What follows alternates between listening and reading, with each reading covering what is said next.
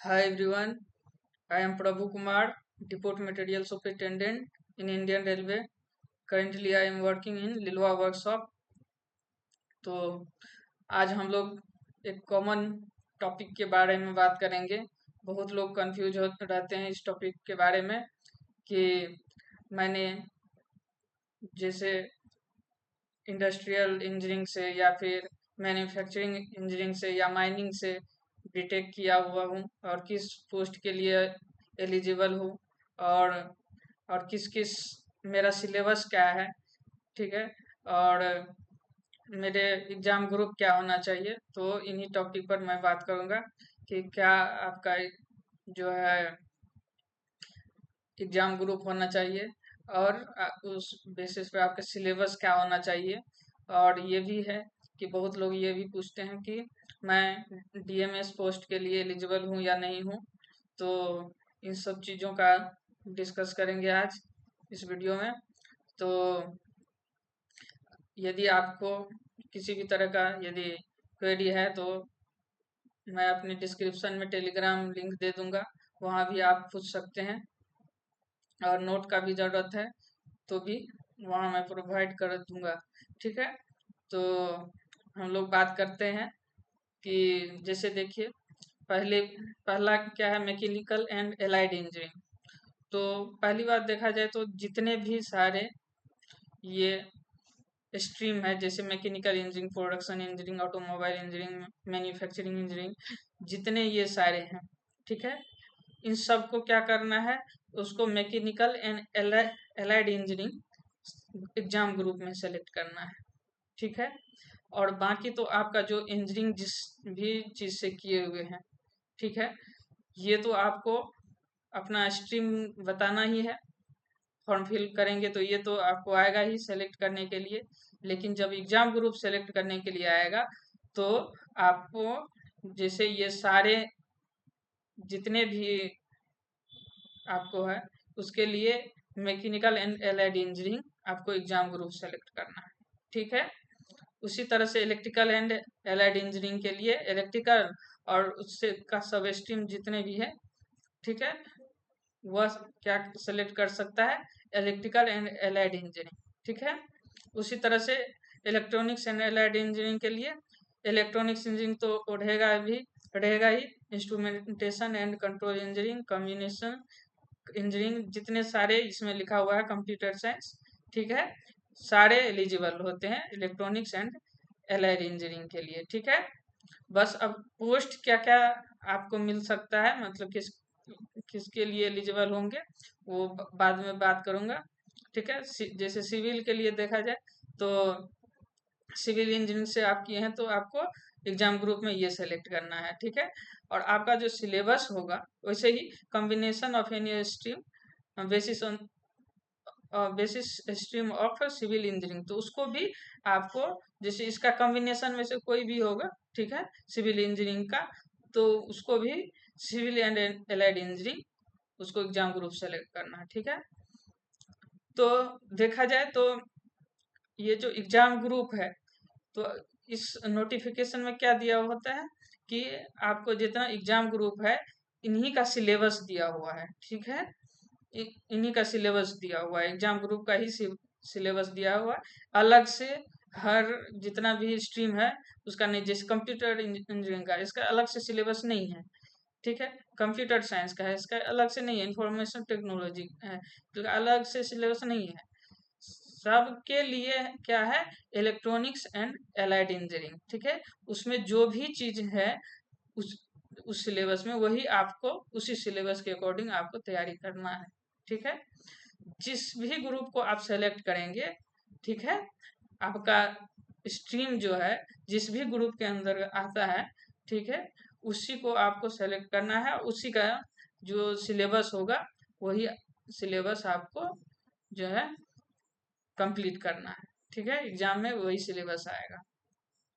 अब दूसरी बात है कि बहुत लोग ये भी पूछते हैं, जैसे माइनिंग इंजीनियरिंग सबके बारे में, कि मेरा तो इसमें दिया हुआ ही नहीं है कहीं माइनिंग इंजीनियरिंग, और क्या मैं किस किसी भी पोस्ट के लिए एलिजिबल हूँ या नहीं हूँ। तो देखा जाए तो देखिए, इसमें जो भी आप किसी भी डिपार्टमेंट से इंजीनियरिंग किए हुए हैं, डिप्लोमा या बीटेक किए हुए हैं, ठीक है। तो यदि इन सारे स्ट्रीम में से कोई भी नहीं है आप इसमें, मतलब जिससे अभी आप किए हुए हैं, जैसे माइनिंग इसमें नहीं है दिया हुआ, ठीक है। तो आप क्या कर सकते हैं, इन में से, इन इस एग्जाम ग्रुप में से आप क्या, आपको किसी भी एक को सेलेक्ट करना है, ठीक है। जैसे मैकेनिकल एंड एलाइड इंजीनियरिंग को सेलेक्ट कर सकते हैं, या फिर इलेक्ट्रिकल एंड एलाइड इंजीनियरिंग को सेलेक्ट कर सकते हैं, या फिर किसी को भी इसमें से इलेक्ट्रॉनिक्स एंड एलाइड इंजीनियरिंग को सेलेक्ट करते हैं, किसी को भी सेलेक्ट कर सकते हैं। लेकिन आपको क्या करना है कि वैसा ही ग्रुप सेलेक्ट करना है जो कि आपके जो भी स्ट्रीम है, जैसे माइनिंग वगैरह किससे रिलेटेड है, थोड़ा मैकेनिकल और सिविल दोनों मिला के है, तो देखा जाए तो उनमें दोनों में से किसी एक को चुन सकते हैं, ठीक है। तो आपको क्या करनी है कि जो भी आपका इसमें लाइन नहीं कर रहा है आपका स्ट्रीम, ठीक है, उसको इस इसमें से किसी एक को चुनना है जो भी आपके सिलेबस से मैच करता है, ठीक है। आपके स्ट्रीम के सिलेबस से मैच करता है, उसमें से किसी एक को जो है एग्जाम ग्रुप को सिलेक्ट करना है, ठीक है। और वही सिलेबस की तैयारी करनी है, ठीक है। और फिर वो एलिजिबल किस पोस्ट के लिए होगा, तो इसमें से तो कहीं भी नहीं दिया हुआ है उसका स्ट्रीम।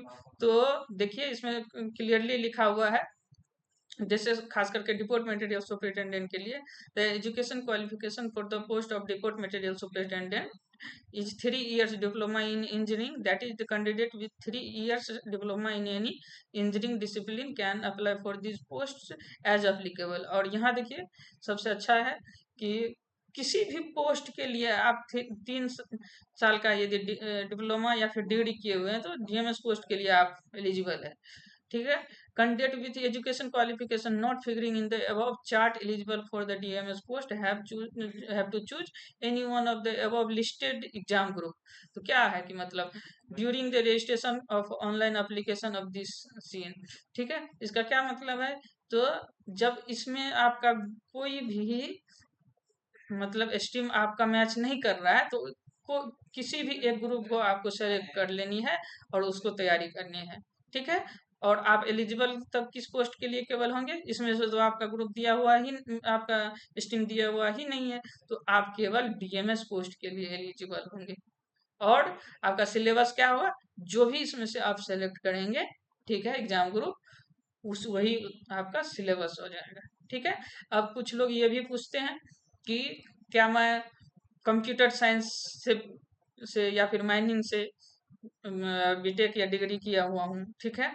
तो क्या मैं जैसे कंप्यूटर साइंस के लिए देखा जाए तो इलेक्ट्रॉनिक्स एंड एलाइड इंजीनियरिंग तो ऑलरेडी दिया हुआ है, यही आपको सेलेक्ट करना पड़ेगा।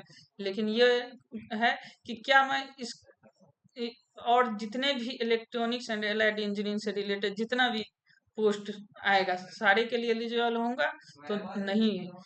इस आपको क्लियरली, आपको इसके लिए जितने भी पोस्ट है पूरा क्लियरली दिया हुआ है कि आप किस किस पोस्ट के लिए एलिजिबल होंगे। जैसे एक से लेके देखा जाए तो 37 तक आपका 37 तक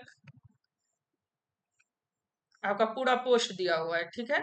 जिसमें से यहाँ क्लियरली लिखा हुआ है कि कि किस पोस्ट के लिए कौन कौन जो स्ट्रीम है वो एलिजिबल है। जैसे आपको देखा जाए तो 3 इयर्स डिप्लोमा इन मैकेनिकल इंजीनियरिंग, जैसे जूनियर इलेक्ट्रिक डीजल में देखा जाए तो मैकेनिकल इंजीनियरिंग से आप किए होंगे तो ही एलिजिबल, या इलेक्ट्रिकल से या इलेक्ट्रॉनिक से किए होंगे तो ही एलिजिबल होंगे, या उसके सब स्ट्रीम से किए होंगे तो ही एलिजिबल होंगे, ठीक है।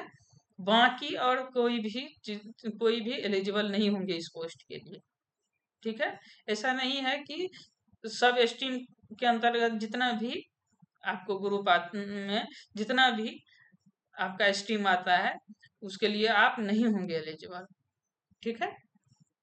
तो इसी तरह से आप का हो सकता है कि आपको ये भी डाउट होगा कि क्या मैं डीएमएस पोस्ट तो इसमें कहीं दिया हुआ ही नहीं है, तो क्लियरली तभी उसी टाइम आपको बोल दिए थे कि देखिए 37 नंबर में क्या है, 3 years diploma in engineering in any discipline from recognised university institute, मतलब आप किसी भी स्ट्रीम से किए हुए हैं तो आप डीएमएस पोस्ट के लिए एलिजिबल है। और बाकी आपको सिलेबस क्या फॉलो करना है, ठीक। तो आपका जो, यदि यदि उस ग्रुप में, किसी भी ग्रुप में आपका इंजीनियरिंग मैच कर रहा है, स्ट्रीम मैच कर रहा है, ठीक ठीक है, तो उसी का तैयारी करना है। और यदि नहीं मैच कर रहा है, उसमें कहीं भी आपका स्ट्रीम लिखा हुआ ही नहीं है, जैसे माइनिंग वगैरह नहीं लिखा हुआ है, तो आपको क्या करना है कि किसी भी एक एग्जाम ग्रुप को सेलेक्ट करना है, उसका एग्जाम देना है, ठीक है, वही सिलेबस आपका होगा, ठीक है। तो आई थिंक आपका जो भी डाउट होगा क्लियर हो गया होगा। तो आप इस तरह से अपना फॉर्म फिलअप करिए, एग्जाम का तैयारी करिए, और जो भी है, जितना टाइम मिला है अच्छे से अच्छे तैयारी करिए, ताकि आपको जो है अच्छा मार्क्स CBT 1 में और CBT 2 में मिले, ठीक है। तो आज के लिए इतना ही, थैंक यू।